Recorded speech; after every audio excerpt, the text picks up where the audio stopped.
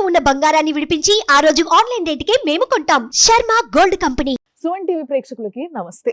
మరి ఈ రోజు కొత్త సంవత్సరంలోకి ఎంటర్ అవుతున్నాం. అంతా బానే జరుగుతుందా లేదా? ఒకవేళ ఏదైనా కొంచెం కింద మీద ఉంటే ఏ పూజ చేసుకుంటే బాగుంటది? ఏ దేవుడిని కొలుసుకుంటే బాగుంటది? ఈ విషయాలు మనం తెలుసుకునేవే. మరి కొత్త సంవత్సరం వస్తుందంటే ప్రతి ఒక్కరికి ఏ విధంగా ఉందో చెప్పాల్సిన బాధ్యత మా పైన కూడా ఉంటది కదా! మీరందరూ చూస్తూ ఉంటారు, ఎదురు చూస్తూ ఉంటారు కాబట్టి ఈరోజు మీ అందరికీ ఎంతో పరిచయమైన వ్యక్తి. ఆయన్నే జ్యోతిషరత్న, వాస్తు విద్వాన్ డాక్టర్ బమ్మిడిపాటి రవికృష్ణ శర్మ గారు. గురుగారు నమస్తే. నమస్కారం. మరి కొత్త సంవత్సరం 2025 వృషభ రాశి వారికి ఏ విధంగా ఉండబోతుంది? వాళ్ళు చేయాల్సిన పరిహారాలు ఏంటి?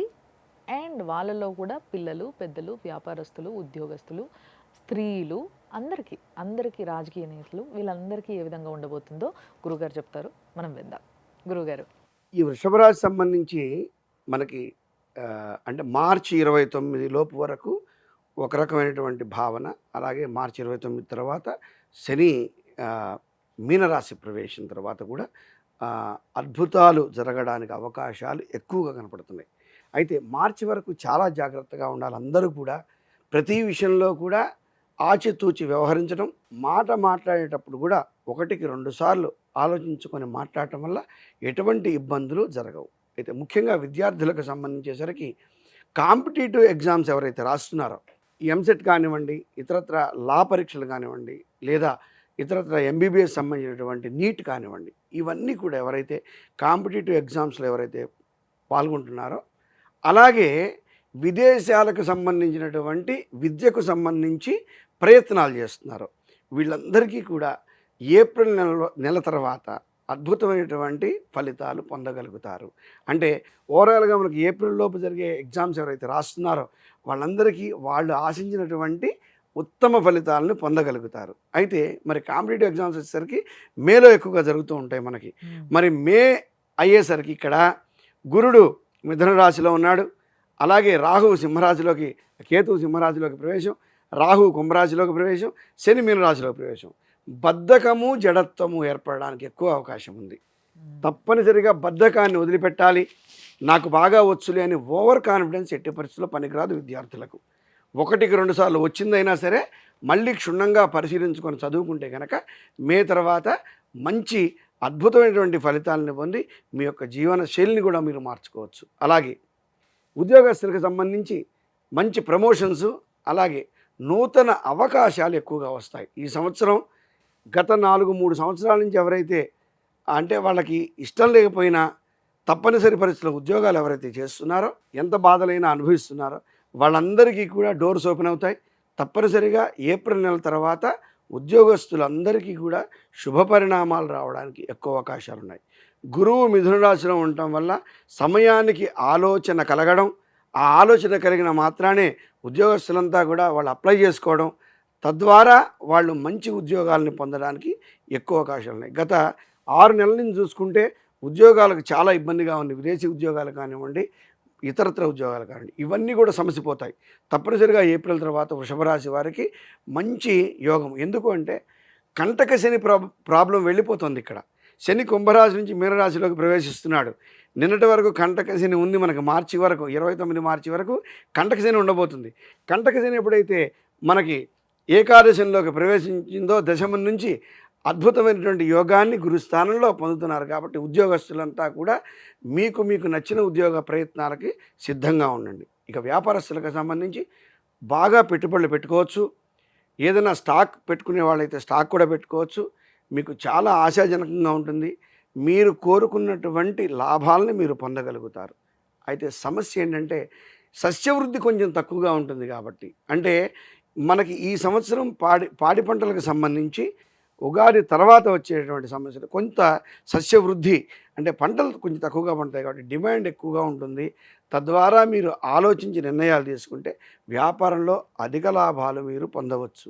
అలాగే ఇక ఈ యొక్క ఎవరైతే కోర్టు కేసులు, తగాదాలు, విభేదాలు ఎవరైతే వృషభ రాశి వారికి ఉన్నాయో అవి ఈ సంవత్సరం 100కి 90 మందికి 90% మందికి అవన్నీ తొలగిపోతాయి.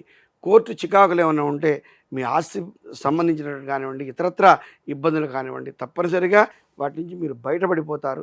సంతోషంగా గడపడానికి ఎక్కువ అవకాశాలు ఉన్నాయి. అలాగే ధన ఆదాయం ఎంత ఉందో వ్యయం అంత కనపడుతుంది. వ్యయం ఎందుకు కనపడుతుంది అంటే, వృషభ రాశి వారికి వ్యయస్థానానికి అధిపైనటువంటి కుజుడు ఈ యొక్క వృషభం మీద దృష్టి కలిగిన ఈ యొక్క ఈ ఈ కోణంలో మనం చూసినట్టయితే గోచారంలో తప్పనిసరిగా అధిక ధన వ్యయం కనపడుతుంది. అంటే అర్థం ఏమిటి? అనవసరమైనటువంటి ఖర్చులో లేదా ఇతరత్ర గృహాలో లేదా పొలాలో ఏమన్నా కొనడమో లేదా శుభకార్యాలకు మనం నిర్వహించవలసినటువంటి కార్యక్రమాల కంటే కూడా ఎక్కువ మొత్తంలో నిర్వహించినటువంటి విధానంలో ధన నష్టం ఎక్కువగా కనపడుతుంది. కాబట్టి ధనం విషయంలో జాగ్రత్తగా ఉండండి. అధిక మొత్తంలో ఖర్చు అవ్వడానికి అవకాశం ఉంది. ఇంకా స్త్రీలకు సంబంధించి ఈ కొంత అనారోగ్య సమస్యలు కనపడుతున్నాయి. వృషభ రాశి స్త్రీలకు జాగ్రత్తగా ఉండండి. ప్రయాణ విషయాల్లో శ్రద్ధ తీసుకోండి. ఎందుకు అంటే కొంత ప్రయాణ విషయంలో కూడా శనైశ్వరుని వల్ల, అలాగే శుక్రగ్రహం వల్ల, అలాగే అంగారక గ్రహం వల్ల ప్రమాదాలు రావడానికి అవకాశం ఉంది. కాబట్టి దూర ప్రయాణాలకు సంబంధించి ఇప్పుడు కాశ్మీర్ అవి వెళ్తుంటారు, చార్ధామ్ యాత్రలు అటువంటి వెళ్తూ ఉన్నారు. అవి అనుకోకుండా జరిగే ప్రమాదాలుగా మనం ఎప్పుడు ప్రతి సంవత్సరం చూస్తున్నాం. ఈసారి వృషభ రాశి వారికి కొంత ప్రమాద సూచనలు కనపడుతున్నాయి. కాబట్టి దూర ప్రయాణ విషయంలో కొంచెం జాగ్రత్తగా ఉండండి. ఎటువంటి ఇబ్బందులు పడకుండా ఉండడానికి జాగ్రత్తలు తీసుకోండి. ఇంకా వృత్తిపరమైనటువంటి కళారంగానికి సంబంధించినటువంటి, అలాగే సంగీతం కానివ్వండి, ఇతరత్ర ఎవరైతే ఉన్నారో వారందరికీ కూడా వారు కోరుకున్న దానికంటే కూడా ఎక్కువ అభివృద్ధిని పొందడానికి అవకాశాలు ఎక్కువ ఉన్నాయి. శుక్రుడు కుంభరాశిలో ఉన్నాడు. కుంభరాశిలో ఉన్నటువంటి శుక్రుడు భాగ్యస్థానంలో ఉన్నటువంటి యోగాన్ని ఇస్తాడు. కాబట్టి మనం కోరుకున్న దానికంటే కూడా ఎక్కువ అభివృద్ధిని పొందవచ్చు. ఇంకా రాజకీయ నాయకులకు సంబంధించి తప్పనిసరిగా ఎవరైతే వృషభ రాశి వారు ఉన్నారో విజయాన్ని పొందడానికి అవకాశం ఉంది. మీరైతే కోరుకొని కొంతకాలంగా పార్టీని నమ్ముకునో, ఒక స్థలాన్ని నమ్ముకునో, స్థానాన్ని నమ్ముకునో మీరున్నారో, రాజకీయ నాయకులందరికీ కూడా ఈ సంవత్సరం ఆశాజనకంగా ఉంటుంది. వృషభ రాశి వారికి వారు కోరుకున్న ఫలితాలు రావడానికి ఎక్కువ అవకాశాలను గట్టి ప్రయత్నం చేయండి. 100కి 100 పాళ్ళు మీరు గనక ఏదైనా ఎలక్షన్లో పోటీ చేసినట్లయితే వృషభ రాశి వారికి అంత అపజయం కలిగే సూచనలు కనబడట్లేదు. తప్పనిసరిగా విజయాన్ని పొందుతారు. కష్టపడి విజయాన్ని సొంతం చేసుకోండి. అయితే మరి వృషభ రాశి వారికి కొంతమందికి బాగున్నప్పటికీ అందరికీ ఒకేలా ఉండడానికి అవకాశం లేదు.